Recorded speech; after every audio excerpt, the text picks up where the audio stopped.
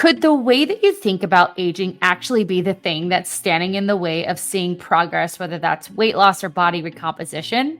Welcome to the Mindset Mirror Connection podcast. In today's episode, we talk about how your thoughts about aging, whether it's college, career, postpartum, perimenopause, or beyond, how those thoughts actually stand in the way of meeting the goals that you desire. So if you are ready, listen up and lean in as we elevate your mind.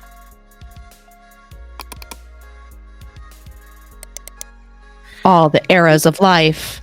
All the eras. This is so common. And I see this in my age group. You see it in postpartum gals, how they get stuck in this fixed mindset around what is out of their control more than what's in their control. One of the things I think we need to start with, because you're going to hear a little bit of the fix versus the growth, is what that means. Okay. So a fixed mindset sounds like it is. It's very much black and white.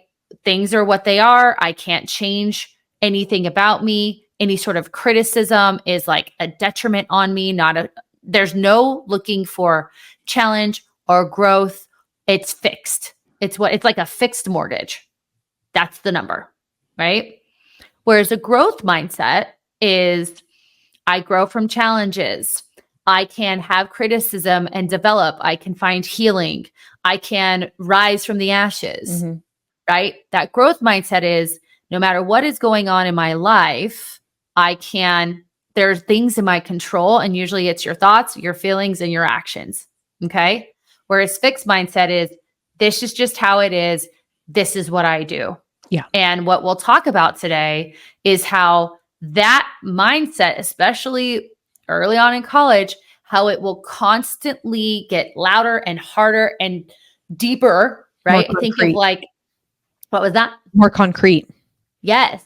I think of like, if you guys ever been in a state where they have really bad roads, and like you'll see these like ridges in the road and they just get deeper and deeper and deeper. And now you're like, I think about being in Tennessee. For some reason, the roads were terrible there, but it's just getting deeper. And as we're going to talk about in all of these different stages of life is like, you've got to start fixing these barriers up front to then be able to, not have them compound down the line. Right.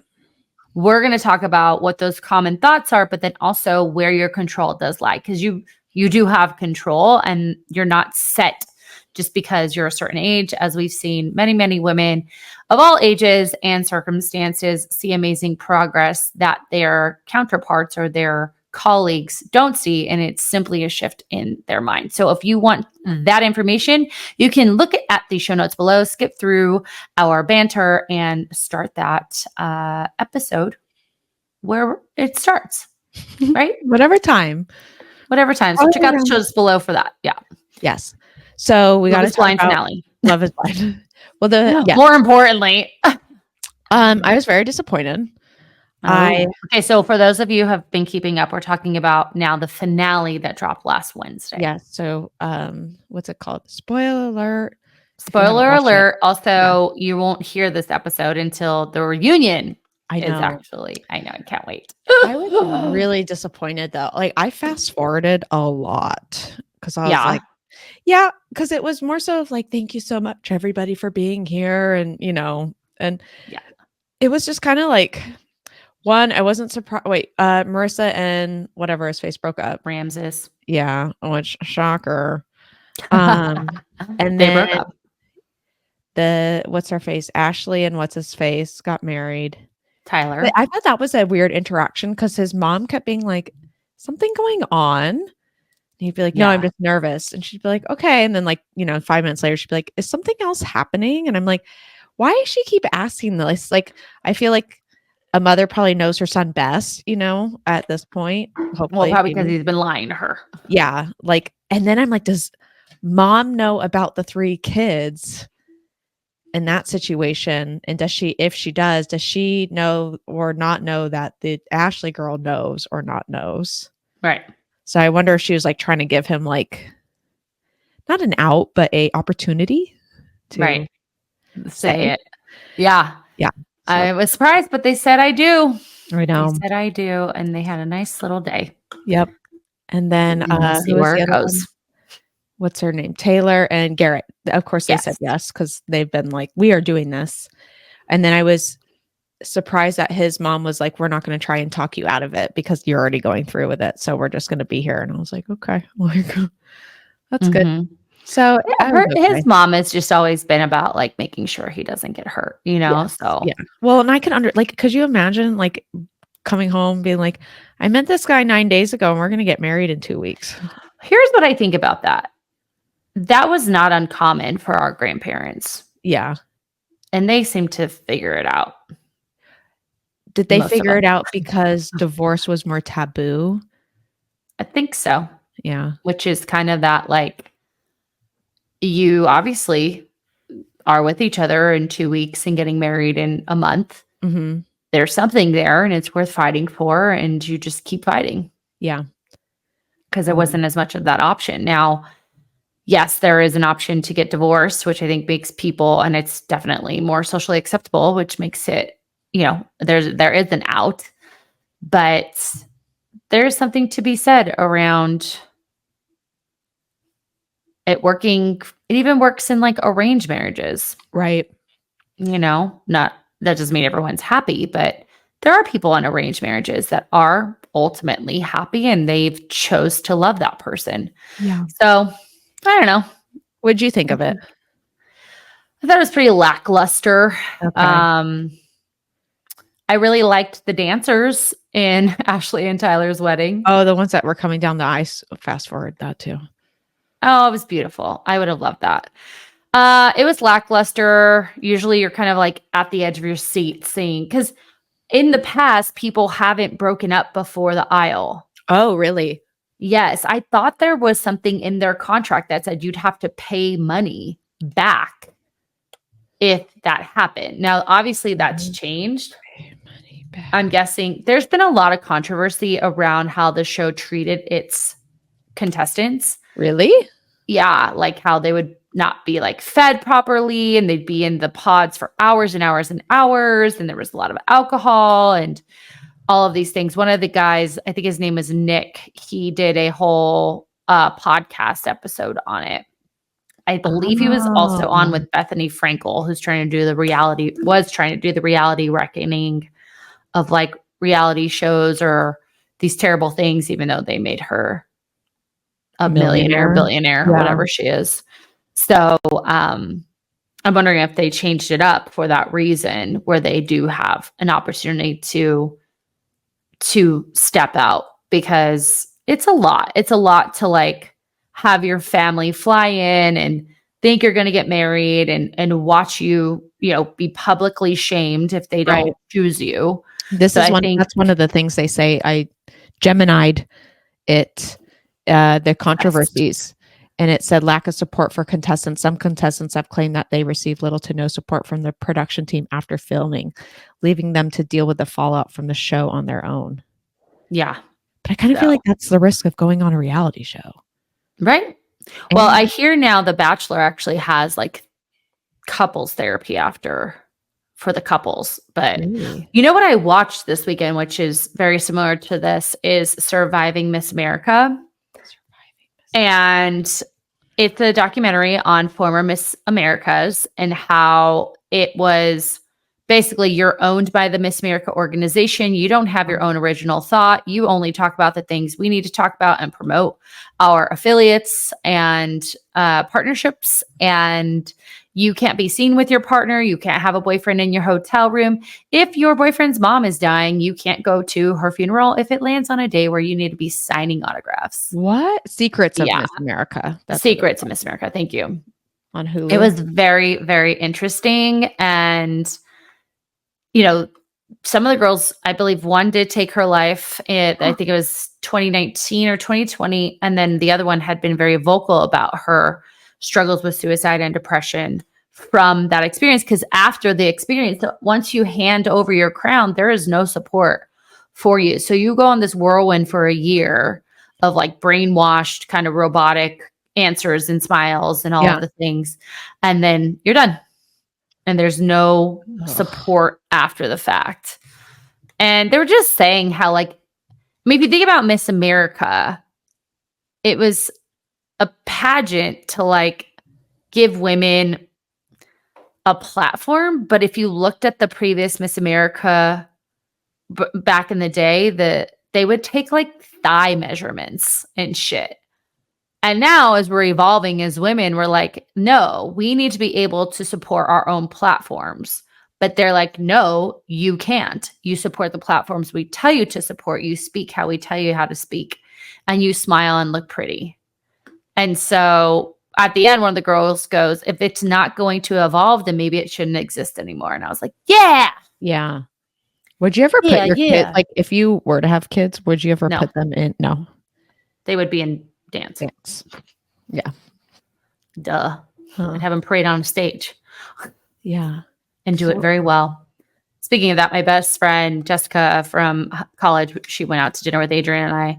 Her daughter's an amazing dancer. Like she's getting all of these like awesome sponsorships and things, but she has to have an Instagram to do a lot of this work. And so Jess is like, I'm going to run it. This is kind of how it is. And it's true. I mean, because she's really good. Her mom was a level 10 gymnast, and she is now like one of the head dancers for her age group. And she's got a great heart. She's a great kid. Her parents very much are, do you still like doing this? If you don't, we'll stop it. Because it's expensive too. So like, if you don't love what you're doing, we can do something else.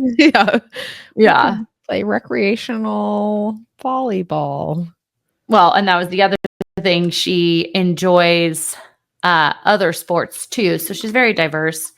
Her dad was also an athlete. So she's got good genes, but also, you know, just the way that they work, like they promote kind of, we do good things for ourselves. We also, you know, can say no to things if we need to and so on. So there's an interesting conversation about how to like be a parent of a athlete or a child who is successful in their hobby. And now people are wanting to like monetize that. Right. And how do we do that in a safe way? So what do you and Mark think of the college players getting their little big bucks? Then name, likeness, whatever. Yeah. Was it image, likeness, name? I don't know. Name, image. Yeah. I think that's fine. Really? I mean, in all reality, people are coming there to see like football or whatever it is. A lot of kids have been able, I mean, they were doing it anyway, so why don't we just make it legal? Right. You know, and so a lot of kids have come out of college, you know, having been set up for their lives really before even going pro. Yeah. Because of that. I mean, it's why not have people who are actually doing something than like a, you know, person on YouTube who's filming themselves jump off a building. Like, you know, like I think of those YouTube celebrities that are millionaires, excuse me. And hold on, let me turn this off. And they're not really doing anything, whereas these kids are actually talented and they should get paid for it. So I believe in that 1000%. You?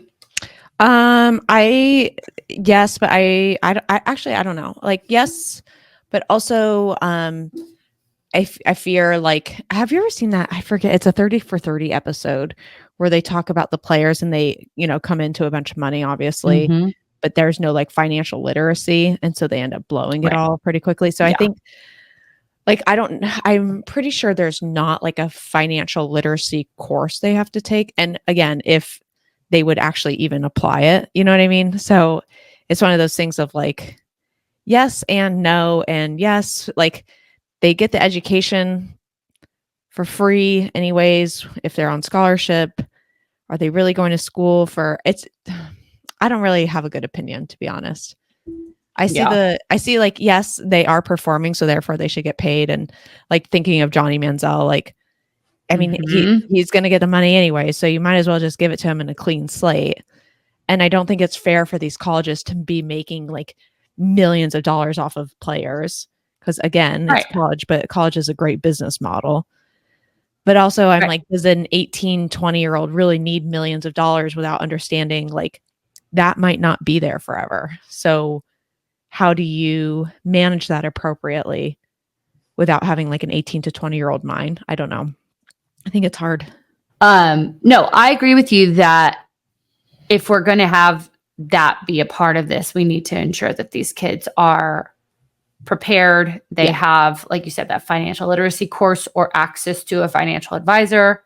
Right. And, you know, being able to. That would be a good pairing, like educationally, of like having the finance kids kind of educate the like whatever, because it's all sports. So all like the athletics kids, and like having someone oversee that and letting it be a credit for both of them. I mean, because like some classes are such bullshit in college too, that I feel like that would be a beneficial one. But again, like if the players don't do anything with it, that's not up to you, but at least you gave them the opportunity to kind of be like interested in it instead of no financial literacy and just being like, yeah, millions. And then that's it. So, yeah, I don't know. It's the thing I don't like about college football right now or college sports is that you can transfer schools so easily now. Oh, really? Whereas like Jaden Daniels, which to his own benefit, I mean, he benefited hard from going from ASU as the quarterback to LSU. He then was the Heisman Trophy winner. And then he is now in the NFL and threw a beautiful Hail Mary pass yesterday, last play of the game. And they ended up winning the game for the Washington Commanders. Why don't you like that they can transfer so easily? Because you just gotta like be loyal. You can't find the better team to go to. Yeah. You know, like it's true. It's like you're playing in college. I don't know. It's stupid. I'm like, come on, man. You need to like build your team up. That's what good quarterbacks do, but they don't. So, you know, college was hard. College was a hard time. And I think when we have a certain mentality around what's going on in college, it can actually affect how it affects our bodies. And that's exactly what we're going to talk about. Segue. I'm segue queen. That was a good segue. So for those people who don't know, one of our reflections is called Adulthood and Beyond. And we're going to kind of walk you through this reflection and why I've created this reflection, because I hear it all of the time. Freshman 15 being a thing. No, babe. No, you're not. You don't turn 18 and all of a sudden your body just gains 15 pounds. Right. You've made choices. You've said in your mind, I'm going to gain the freshman 15, and therefore your beliefs impact your behaviors, which impact your outcomes, which then tell you actually did. Right. Add the freshman 15, or what do you see in postpartum or even pregnancy? I don't want to gain weight, so I'm going to try and control it as much as I can. And therefore, so then they like try and restrict, but they're so hungry. And then they go, it doesn't matter anymore because I'm going to gain weight anyway. So then they just binge essentially. That's the one I see more is like, well, I'm eating for two. No, you're not eating for two. And we need to remember that. And then in perimenopause, like, well, my metabolism's just slowing down. Actually, there is no evidence to support that your metabolism slows down between 20 years old and 6 years old. Zero. What changes is how active you are. Right. And that then causes you specifically to lose muscle mass because you're not moving as much. And that in itself is what causes the weight gain and things like that. So it's not hard and fast, y'all. And I think that we really need to check how we are thinking about ourselves in these different ages. And so we're going to go group by group, right? So as I'd already mentioned, you know, you're in college. Again, there's this belief that we gain the freshman 15 and we do all of this and, you know, we're not getting sleep, we're cramming, but then eventually we graduate, right? And whether we're post-college or into our careers, because not everyone goes to college, and we have this belief that we can now be in the higher stress of life. Starting a career is a big life change. And that you can just kind of like keep doing what you're doing, right? Now, nothing's changed. I mean, yes, you're still technically in your early 20s, but your stress level has changed. Your schedule has changed. Your social life, right, has changed. And so thinking, I can still eat in the way that I was eating despite all of these changes is a mindset shift that we need to kind of be aware of and make adjustments to, as well as things like we talked about sleep and schedule, and then how to manage that with our new circumstances. Right. So we see a lot of, you're still engaging, I call it in like the young adult behaviors of happy hours. And then like weekends are like binge weekends as far as like drinking and eating, and then still having the late night pizza and being like, fuck it. And just thinking like, it'll be okay. And then like Monday comes and you're like, it's fine. It's fine. And so this is where I start to notice with clients is they begin to start to question, their behaviors, I'll say, right? So they'll start to be like, okay, like I kind of need to get my shit together, right? And so I'm going to generalize that because there are some people who maybe in college had more of an over exercise, maybe orthorexia relationship too. We tend to see less of that, or in my experience, I tend to see less of that and more of like this general, like I still partake in young adult activities. I'm just now an adult with more money because I have more of a professional career. But then they start to kind of wonder, like, how do I shift this mindset? And this is where I start to see almost those beliefs that we had when we were younger, or like the thoughts and the social media and whatever impacted our thoughts on our body and our food and our nutrition and exercise start to be implemented. So we have the weekend, Monday, I'm going to start the diet, or Monday, I'm going to make up for it, or I'm going to go to the gym to make up for it. Whereas before it was like, nobody's really making up for anything. We're just all in like college or young adults together. Yeah. So what you're saying is this is kind of where we start seeing some of the distorted patterns? Yes, I would say so. I like that. Think so. I mean, I definitely, if I think about college, there's definitely some friends that had distorted patterns then, but I would not say, I would say they were more of a one-off than the majority. I think you're right. I think you hit it because then we saw all this weight gain in our kind of binge mentality that college tends to promote. Right. And now we're trying to figure out, oh God, I'm buying new clothes for my office job and I'm 2 sizes bigger. Right. I've got to, restrict. Or like you said, I still have the binge mentality on the weekend. So now I'm starting over again on Monday and, kind of,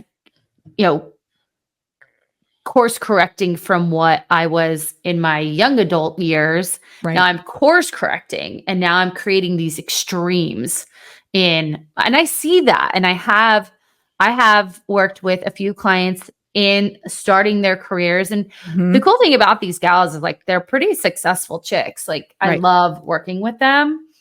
But, for one of them, like she's been on a weight loss journey and she's lost a significant amount of weight.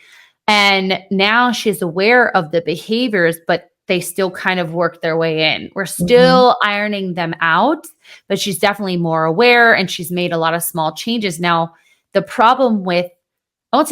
struggle that she has is, well, I'm so much better than I was before. Right. Where I was the binge mentality before. Right. So if we think about it as an extreme, we're moving closer to the middle, but we're still not there. And there's still room for improvement in binge drinking or, going to events and always having to have alcohol or, going to an event and always like feeling like you always have to eat.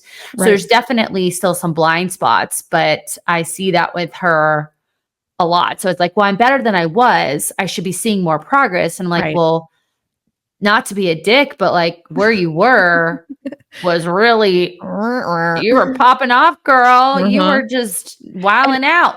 Well, I think that's one thing that I thought of too while you were talking is when you're in college or young adult years, I would say, so let's say like 22 and under, or even 23 and under, is you're not really realizing any of this because it's a cultural thing that's happening with you and all your friends at that age. Then as you get into the more professional side, so we'll say 24 plus, is you're more isolated, right? Because you're going to work 9 to 5 essentially. And so you're not, and you're dealing or interacting with different age groups per se. And I think there's also a lack of boundaries that happens too, because you want to do the eating healthy, you want to go to the gym after work, but happy hour is calling and you don't want to be left Yes. out, or like the Well, you want to weekend make friends happens. with your colleagues. Yeah, which is totally understandable. Mhm. But I think where the reality sets in with this age group of, again, we'll say 24 plus, is this is where your foundations of how you think of yourself and your nutrition, your exercise behaviors really start to evolve. And in order how to meet those body composition goals, because again, more likely than not, you're not thinking of the other benefits of eating well, or, you know, strength training other than how you look and whatnot. Or cardio is maybe not the most efficient way to do, or it is the most efficient way, but it's not the best long-term strategy.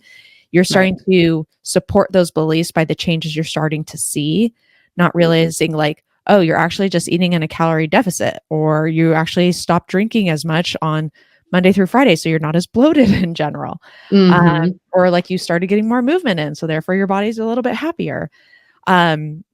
This is where I also see like our higher achievers people, they develop that better than less than mentality. So once they start to kind of make that traction, they start to go more and more and more, instead of being like, this is a good balance, I can sustain this right now. So like your chick, like maybe she can sustain 2 days a week at the gym, right? But before it was like, well, I really liked what I saw at 2 days a week, so I'm going to go to 5, and then I'm going to go to 6, and then I'm going to go 2 days. So it's Well, and just, you're young, so like yeah, your body's not like giving you the middle finger they're around like, that, but help, it's help. definitely, yeah, it's definitely like setting you up for a very poor relationship with exercise, Right. right? So post college you, we have to look at the themes. Mhm. I'm either continuing the binge mentality, and this is just what I know, Right. or now I've gained all this weight, I'm moving into my career, I have to buy new clothes, I'm around different colleagues, I need to course correct and make these huge changes, Right. right? Whereas what you're saying is I can simply just pull back, create balance, find balance in exercise, find balance in socializing. Like that's really important, especially through this time. You might still be single, right? You still have your girlfriends from college, you know, leaving college, especially if you're someone who is like in a sorority, like you're leaving the nest. Mhm. You may even move, right? You may move to a new place. And because in college, binging, eating all the time, drinking all the time was how you met people, you might have that mentality of like, that's how I meet people Right. through those means, where you can meet people at the gym, you can meet people volunteering, you can meet people, you know, on meetup groups. Mhm. And so really watching your thinking of, well, it's not as bad as it used to be, which is great. We want to see you kind of balance it back, but also knowing like, you know, drinking 7 days a week is not ideal. And now drinking 5 days a week still isn't ideal. But again, you can start there, Right. and then make those changes so that you find that balance, instead of what you're saying is beginning a long relationship with disordered exercise and eating, which oftentimes happens from course correcting. Right. Yeah. So they're trying to Be make good. up for it. So, Oh, ready to move on? yeah. So your favorite, pregnancy. There I goes. Yes. There's so many beliefs around pregnancy that I feel like are What do you tend to hear? Because I've got, I mean, what I hear, but so my like I said, like you've got to eat for two. yeah. Well, if you have, I don't hear this, like I've seen it in clients and there's some validity to it, but like having really tough first trimesters, so they stop moving, but then don't come Pick it back to up. movement Mhm. afterwards. So it's not necessarily a mindset, but it is, maybe there is obviously a belief Uh-huh. that they're not choosing to come back to movement. Like my client Erin, she just got out of her first trimester, it was horrible, and now she's easing back into movement in her second trimester. Mhm. And that's helpful for her. But a lot of people will just get pregnant and they will like have a rough first go and first trimester, excuse me. And then it's just like, well, I'm already into it, so I'm just not going to do anything. Right. What else? I see. Well, and I think to combat or not to compound that belief is that you see a lot of misinformation that you don't want to lift heavy, or doctors say like, watch yourself. So it's not only like, and this is my big theme that you guys have heard me say is what you did before pregnancy gradually impacts pregnancy and postpartum, and how you thought of yourself and how you feel and your behaviors. So like, let's take Erin, for example. She wasn't able to work out first trimester, but she's getting back into it second trimester. Well, there's probably been a time in her life before where she fell off the wagon per se of working out and then had to gradually ease back in. And so now she's able to take that situation and apply it here. Circumstances are obviously different, but it's the same mentality of like, okay, this is important to me. This is part of who I am. I need to do that. So I'll see that as well. I'll see that don't lift heavy, don't lift over 20 pounds. I'll see like, your vagina is going to fall out if you do that, which is not true, But I mean, no. if you have a history of prolapse, then yeah, I mean, that's a real fear, but then we need to modify and take care of that. If this is your next pregnancy, maybe not necessarily your first. Yeah. Weight gain is inevitable. So like I said, who cares? Just, you might as well eat for 2 or eat whatever you want. And then I also see, and this is not a knock, but like you don't feel good and your energy's lower. So therefore I begin to use that as an excuse as opposed to a like knob that I adjust. Meaning like, oh, I'm pregnant. Like I'm just over. And it's like, I mean, we could do some mobility. Like, right. There's like really feeling, and that doesn't mean you do it every day, but like you can get up throughout the day if you're working from home and just walk around the house a little bit. Like, and this is where as a coach, sometimes it's hard to practice grace, but also to be like, yeah, but okay, are we just giving ourselves a reason not to do stuff? Body will never be the same is a big one that I hear too. And I'm like, well, yes and no, because no, your body will not be the same because it's not even the same from day to day. But also, we could even have a better body afterwards, depending on how we look at it too. So go ahead. Well, and I think too, like that idea, I have to bounce back from pregnancy. Like I have to bounce back. Like, yeah.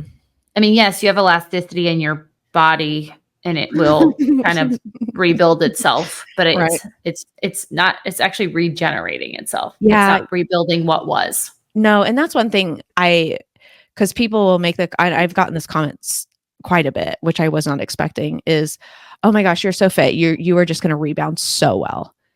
And people in like your like, community say that? Yes.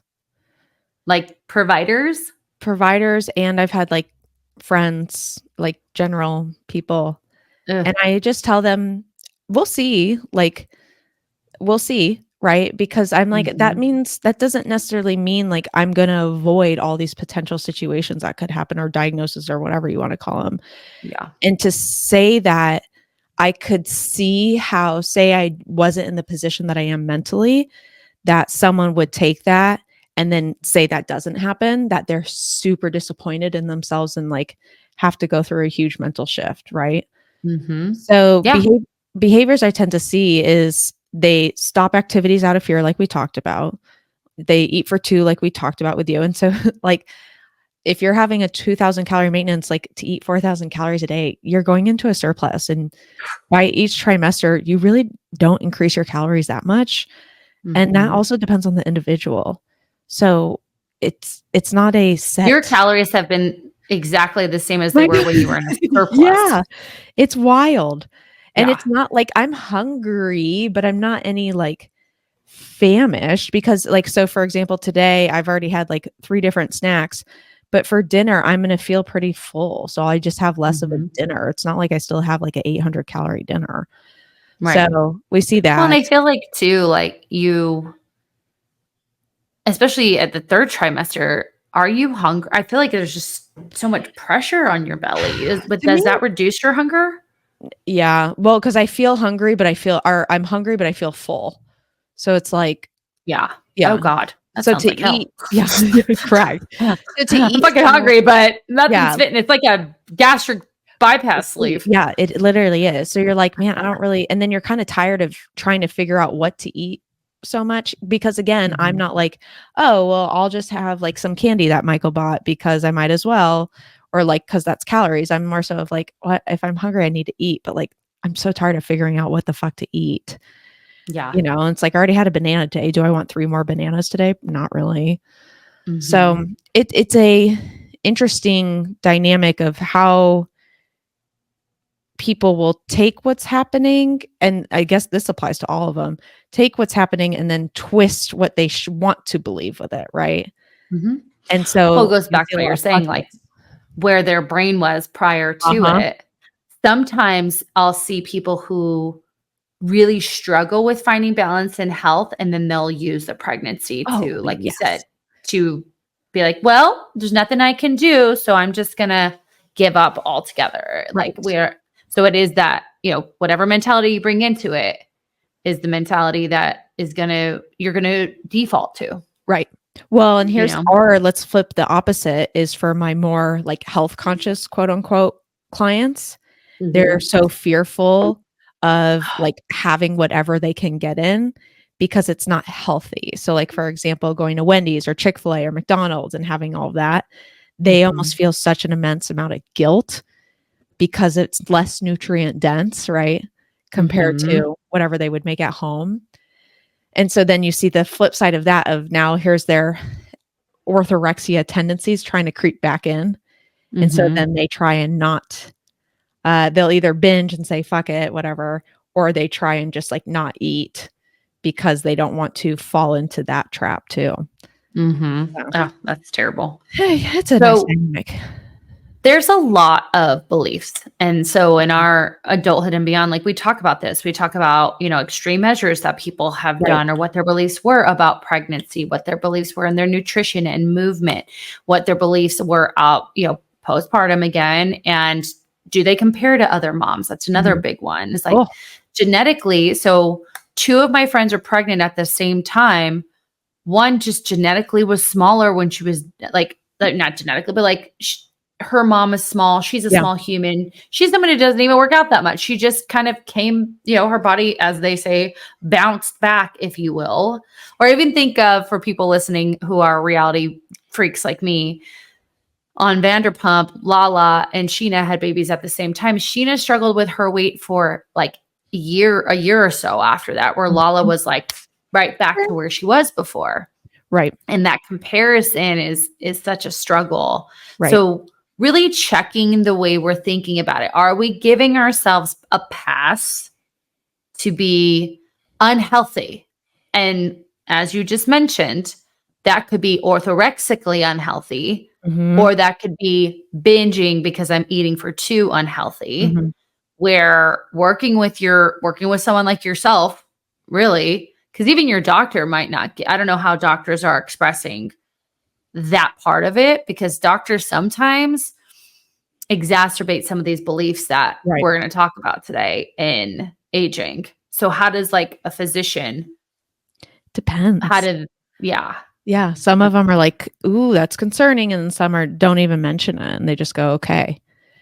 So it's, I think one thing that you're getting at is be mindful of how you're talking to yourself. Be mindful of during this era of like these behaviors that you probably had before that you might be blaming on pregnancy, but then continue with these self-care activities. Like just because you're in your first trimester and feel like shit and got McDonald's doesn't mean you can't maybe have a fruit for that day, or a banana, or maybe a protein shake or something like, and none of these could sound good, but we figure out what would work in your situation. So just because you can't do XYZ doesn't mean you can't do ABC. And thinking about, you know, does it actually make you feel better to have like a milkshake versus a smoothie? Right. So, I mean, it is calorie for calorie, they're probably the same. Right.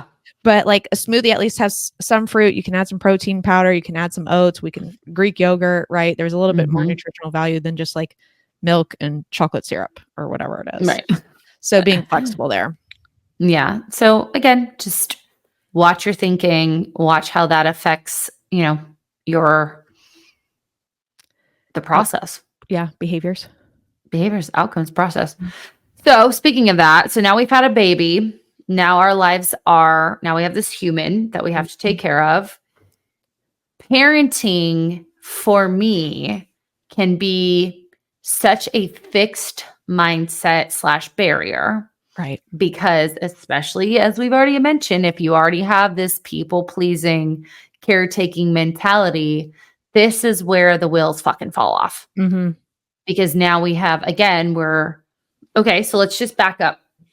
So we binged during college, right? We course corrected and, our career starting. We get pregnant, we binge again because remember that was our initial behavior and mindset.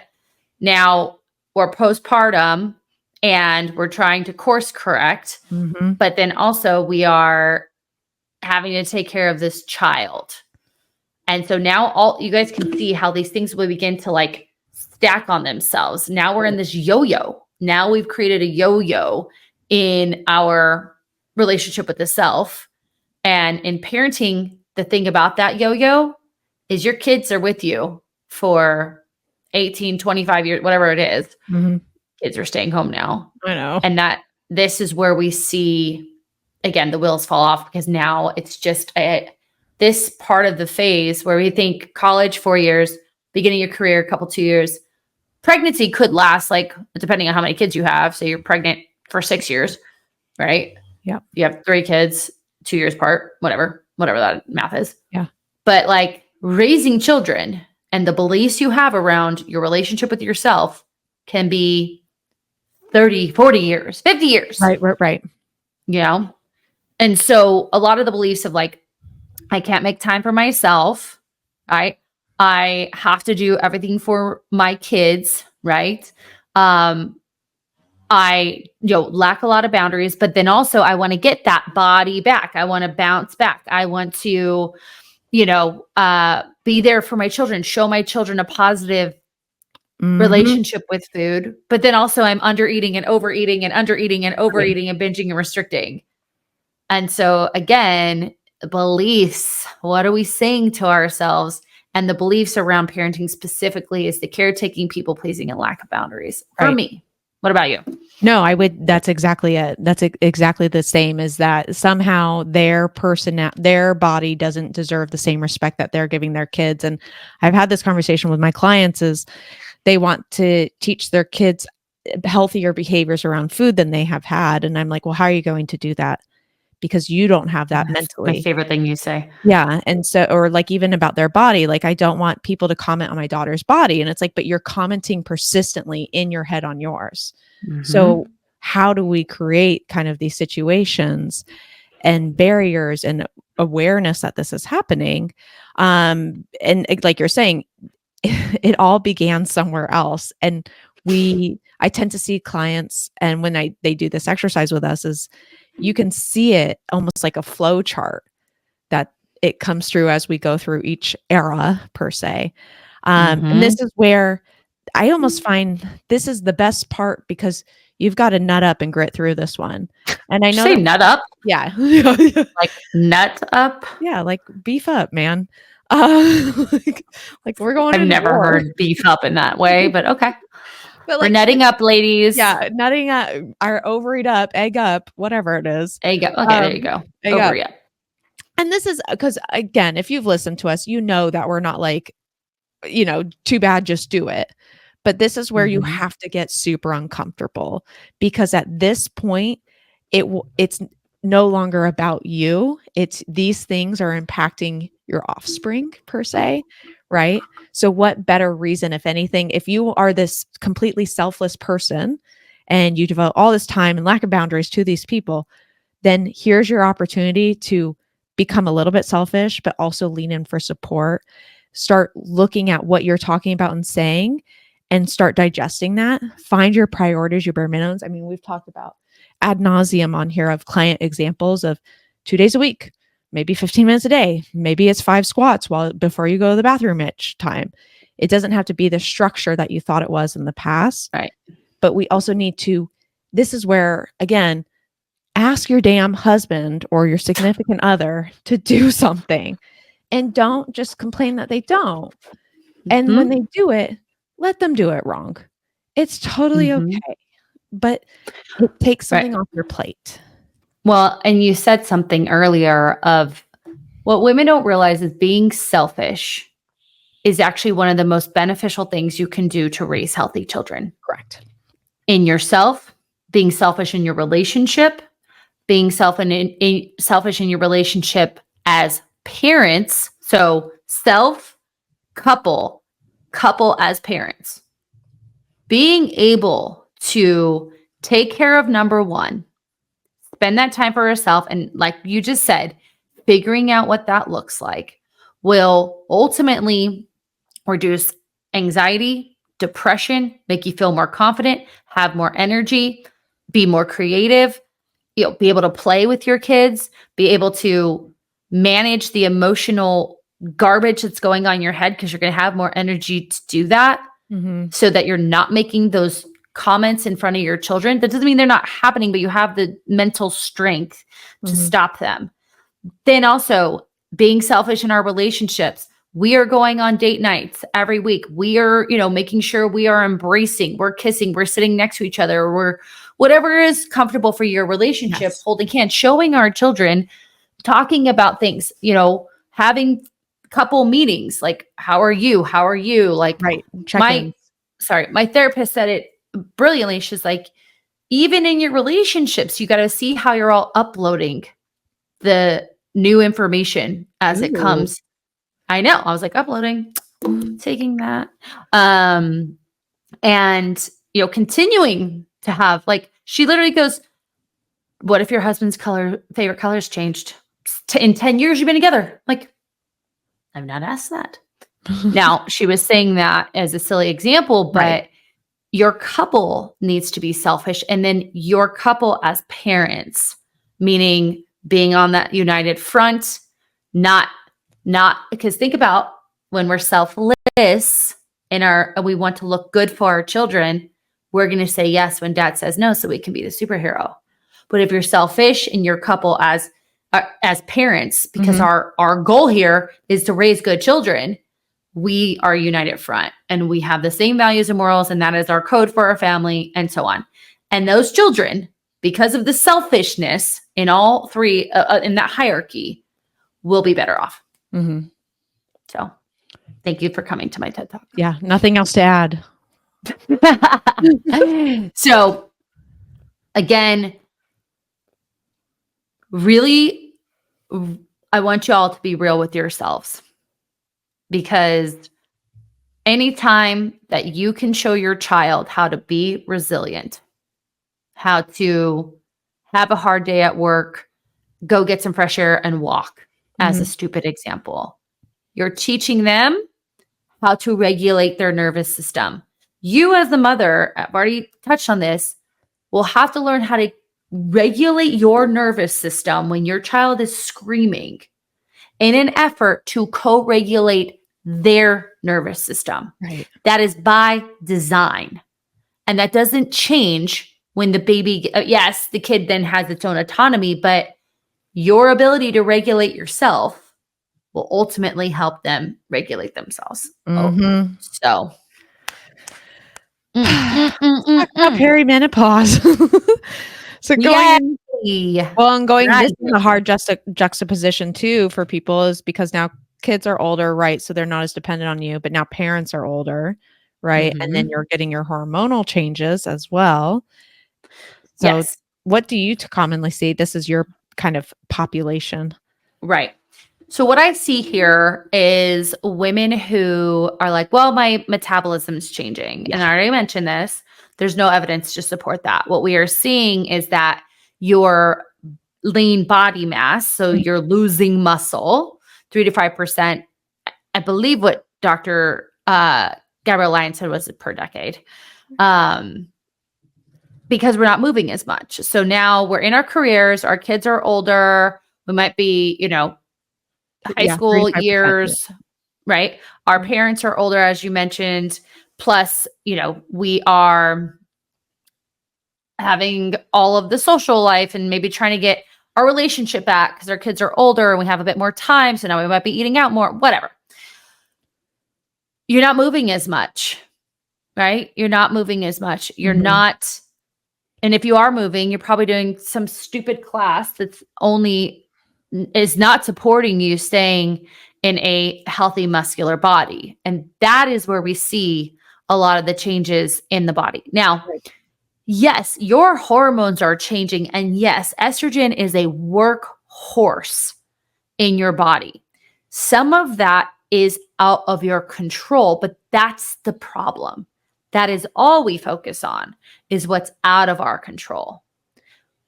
Rather, right? So, and I get it, gals. I have joint pain sometimes.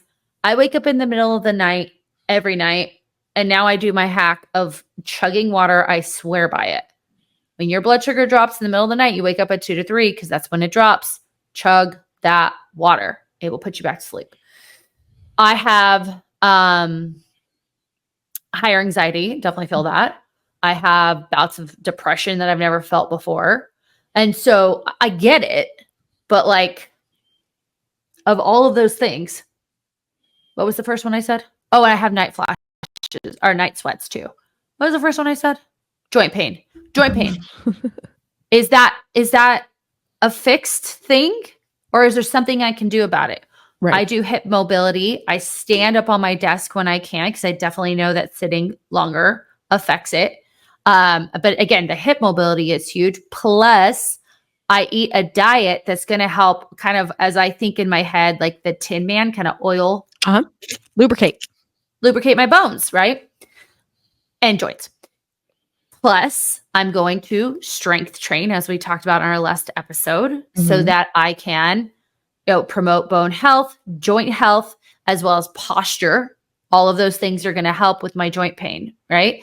For my sleep, I already talked about it. Number one, I'm going to keep my sleep time, waking and sleeping relatively the same. I have a pattern. I wake up, get sunshine on my face. Now it's a bit darker when I wake up. So I switched to have my workout first, then I walk and get some sunshine. I try not to have coffee before I get sunshine, but some days I do. This morning I did. And so some days I don't. But I keep that sleep schedule, wake and sleep relatively the same. And I drink that water. I have water by my bed because when I wake up at 2 a.m., I chug that water. I'm back to sleep. Whereas you've been here when I've been like, I woke up at 2 and then I was up until 5 and blah, blah, blah. Yeah.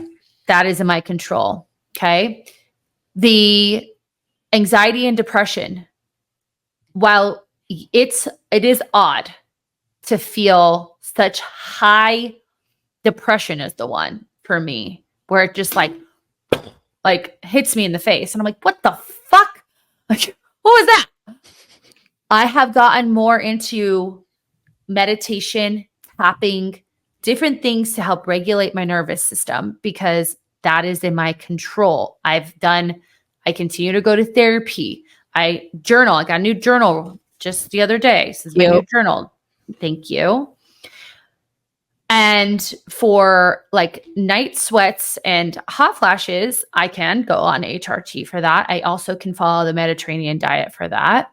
I can strength train to help my body stay stronger to keep my metabolism up. Again, these are all in my control, but this is what I hear. My metabolism's shot. My hormones are out of balance. Guess what? Yeah. Congratulations, you're in perimenopause. Your hormones are out of balance. That doesn't mean you're fucking paralyzed. Right. And again. Well, and I often see like my hormones out of balance. Like I just need the hormones. And it's like, well, let's talk about that. Yeah. They are certainly a support system. And I think that's wonderful. And yes, I am fully for HRT, or what did Dr. Lee Lewis, she calls it MHT. I'm fully for that. But what I also hear you talking about is the lifestyle adaptations that maybe we've overlooked for the last 40 to 50 years. So exactly. Well, and HRT is only going to work so far. People think they get on HRT, they're going to lose weight. Right. No, because it's not the hormones per se that are causing the changes in your metabolic state. Right. It's the being under muscular, Right. or under muscled, excuse me. Or shitty sleep, or Right. shitty sleep, Well, or not eating enough. And this is like where I see, like, again, going back to the behaviors of 30 to 40, 50 years ago, is I'm just going to go back to eating less. And that's how I lose weight, which is actually putting you in the state of gaining more abdominal fat because of the estrogen is creating that. Well, and the cortisol is going to, like, in this state. So that's another thing we can control. Estrogen is going down. Estrogen has anti-inflammatory properties. So does cortisol. Cortisol has anti-inflammatory properties. So as our estrogen goes down in our body, our cortisol will naturally go higher to kind of make up for the lack of estrogen. Okay. Cortisol is not bad. We need it in our bodies. It's there. But when we have that happening and then we're not controlling everything else that causes that cortisol to go up, case in point, eating in a very super restrictive diet, intermittent fasting, and like fasting for long periods of time, not managing our emotions, not being aware of our inner critic, not being aware of the, perfect fail mentality, then now we have too much cortisol in our body. And that's where we see things like increase in visceral fat. Now, visceral fat will naturally go up, but again, there are things you can do to manage that from happening. Stress management is one of them. I think do you find that a lot of the perimenopause stuff plays into the postmenopause stuff too? Like they kind of have the same thought patterns, or do you notice any differences between the two? I think that's a good question. I've experienced most of my clients, once they go postmenopause, there's a level of acceptance of like, okay, this is where I'm at. Right. So they like been living this way for 7 to 10 years. Like, okay, this is my reality. I mean, I have clients who were postmenopausal and saw amazing results because they didn't let it stop them. I've never actually had a client, because they're with me, have it stop them because they're coming to me to say, I don't want to, nothing's going to stop me. Show me how to do this. So I haven't had a client. Did they walk in thinking that these barriers were actual like walls? Yes. But we chipped away at that and then showed them like, no, there's a door in that wall. Fucking open it. So I don't know if that answered your question, but it's hard to say because we create the space for someone to say, show me how to control this. Yeah.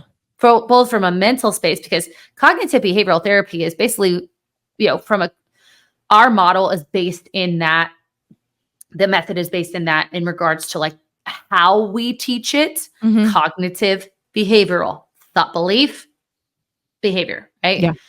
It's also based out of a codependency model, but cognitive behavioral therapy has been shown to help women in like postmenopause in regards to handling the things like we talked about, the changes in their emotions. And we as the company, like that's how our platform is designed. So we just create a different space, and the people who come to us realize like, oh wait, maybe there is some way I can control this. And it's true. I've said her name 10,000 times today, but have you seen Dr. Lyon's recent posts and content? No, I don't really follow her. She's ripped. Yeah, I've seen that. Ripped. Like, and when we had that conversation with her, the only supplements, I mean, she does promote GLP-1s, but not in the way that, she's kind of like Dr. Trina Moore, but mainly for like PCOS in small dosage. That's the only time she had brought it up. I'm sorry. And for people who are obese. Yeah. And again, she talks about lifestyle. But we were talking about menopause. She said, so for women, right? She had said, the overarching issue is we're too domesticated. We have the myths that our metabolism slows down. There hasn't been a huge decline in our metabolic rate in over 100 years. We simply stopped training as hard. So women stop training, as we talked about, throughout pregnancy. then they have a baby and their muscle gets lower and lower and lower each year simply by not moving as much. People are actually not training and caring about their nutrition then as they get older and older, exactly what we talked about. The other thing she talked about is that for us as coaches, we're the biggest advocate for muscle as medicine. Right.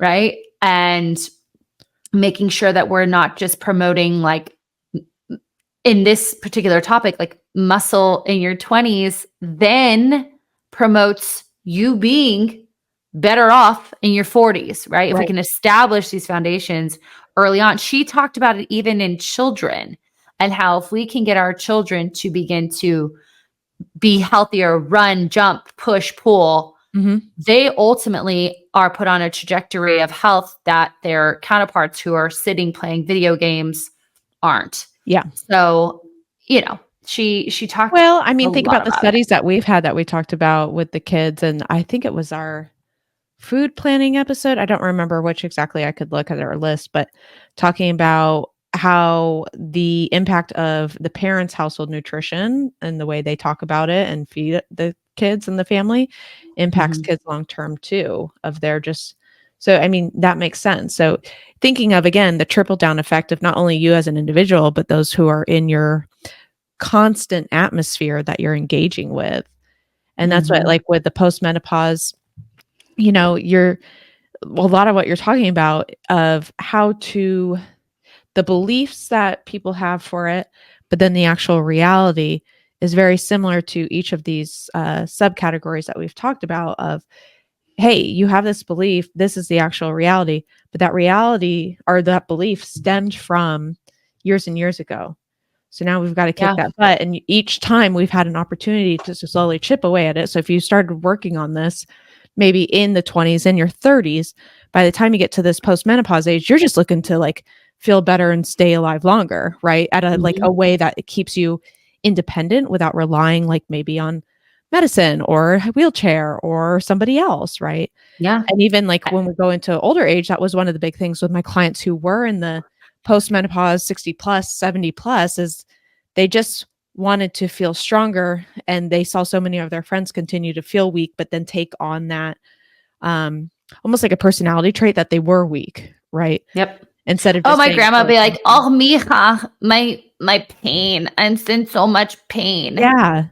Or like and I was like, "It's okay, grandma." Of course. I'm like, if my grandma was still alive, I'm like, "Grandma, you need to walk around. Right. You need to go get your steps in and drink your protein shake." Grandma. Grandma would be thriving. Well, I mean, but it makes sense. Well, and that's the thing is like, we almost give up on health as we age because of those beliefs. Like, well, we're just getting older. We might as well just rot and die. Like that's a big one in that reflection of like, women who are older are invisible. Yes. I was watching something today. This woman said what I thought I'd look like in my 60s. It was a reel where they like throw the clothes on the ground. It's like a river. And they go, right. And then she kicks out and she's in this like badass outfit and her hair looks all good. And I was like, that's me. Like, I want to be, there's a woman in the bathroom who was stunning. By the way, I would die for that, like perfectly silver hair. My mom's trying to become silver. Yeah. She's been working on it. I want it now. No, I don't want it now. But she was stunning, beautiful silver hair, just so much pride in herself. And we got a conversation in the bathroom. I was like, I just want to tell you, you're absolutely stunning, but I want to say something else is that you are creating a standard that 20 years ago didn't exist of I can feel sexy and confident and all of the feels in 60 and 70 and 80. I can also, so more than aesthetics, like be healthy, live that thriving life inside and out. I'm not just here in a fucking bag of bones. Yeah. I'm not just sitting as a body present. Yeah. And that's what, so this is another thing that I like to talk to clients about when we're going through this is thinking of where you're at today. And maybe you're 27, maybe you're 37, maybe you're 47, is how the reality of how you talk to yourself. Do you want to be doing that when you're 87? Love that. Or 77, you know what I mean? And so like this chick, right? I would hope she doesn't go, God, you look so fucking old with that gray hair. Gosh, this is, she worked hard to get to how she feels about herself. And it didn't just happen because she turned 70 and got gray hair that was long and flowing and some chick in the bathroom's complimenting her. Like, listen, I looked fabulous too. So I'm not saying you didn't. Fabulous looking chick complimenting her. I'm not saying you didn't, but thinking of like, how does she talk to herself daily? And when you probably told her, she probably responded like, oh, thank you so much. Instead of being like, oh no, like, because there's a difference between, hey, Christina, you look really great today. And you're like, I know, like my hair just fell in the right way.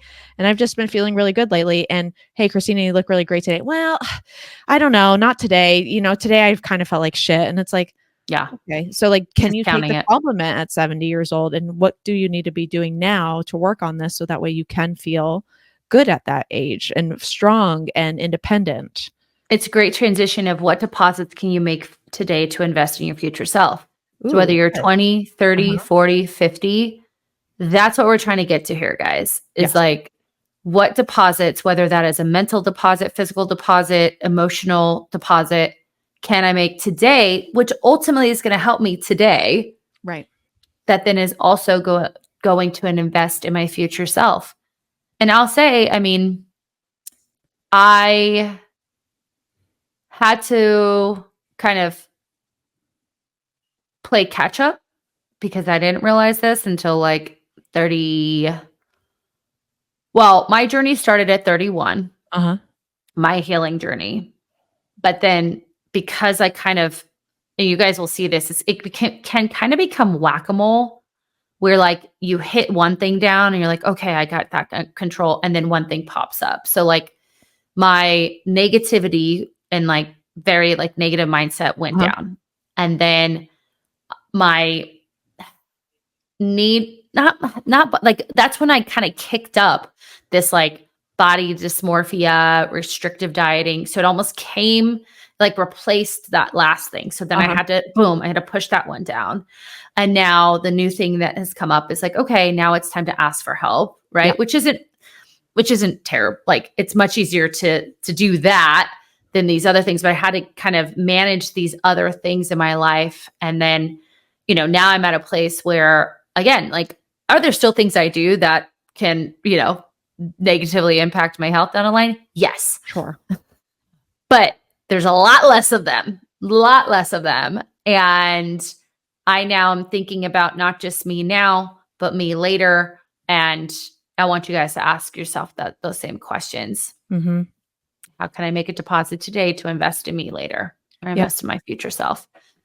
So good. So really, guys, again, it's about what you say in your mind, you see in the mirror, but you see in your future. And college you, career you, mom you, or pregnant you, parent you, perimenopause you, all the P's, and then older you. They all, like, you don't just wake up old one day and all of your shit goes away. No. It gets much worse. I would say even more so, if you don't just wake up one day and all your shit is gone. Like, it takes time. And that's why even when I, engage with people, they're like, they'll, circle back a couple months later and like, hey, I'm actually doing really good. I'm like, I hope so. I know you believe that, but like you said, there's going to be something else. And are you prepared for that something else instead of just going back to these old behaviors that are so comfortable and familiar to you? Yeah. All right. Well, be good to yourself. Be kind to yourself. Invest in yourself. You've got some gold nuggets in this. I gave you a whole hierarchy of parenting on how to raise proper children. Like, probably should. We should do that when I have the baby, so I can have me interview you. Mm-hmm. Yeah.